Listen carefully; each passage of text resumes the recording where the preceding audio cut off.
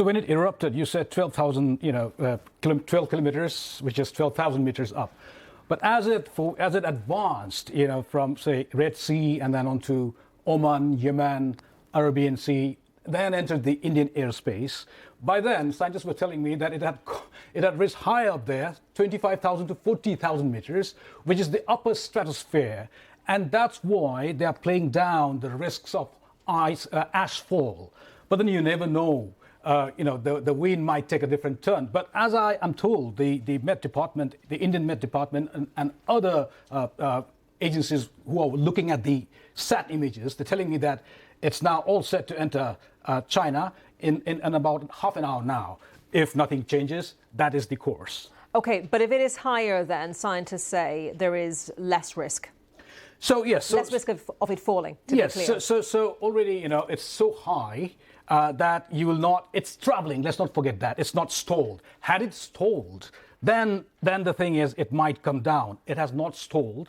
It is progressing. It is moving. But then having said that, what they also say, quickly add, is some dust might linger. Now that if lingering goes on, then there might be some ashfall, which might be very, very minimum.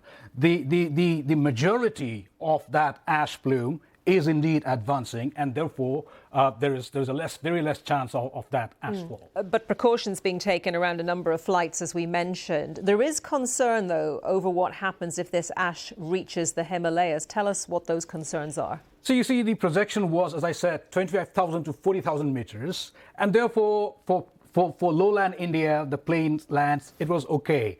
But then questions were being raised. Well, there are 8,000ers, you see, the Himalayan peaks, particularly in Nepal. And so the concern was, if the plume hits the mountains, then they might fall and there might be deposition of the ash and minerals and all, glass and all. Already, as you know, glaciers and snowfields, they have this issue of accelerated melting, and we have all this black carbon and so forth. This might be another thing. And there was this major concern, which up until now looks unlikely, highly unlikely. But what I'm also being warned by scientists is, if there is a second round of eruption, we'll have to watch where will that plume go again. It will all depend on the wind. Okay, Navin, thank you very much. Navin Singh Khadka. Let's just very briefly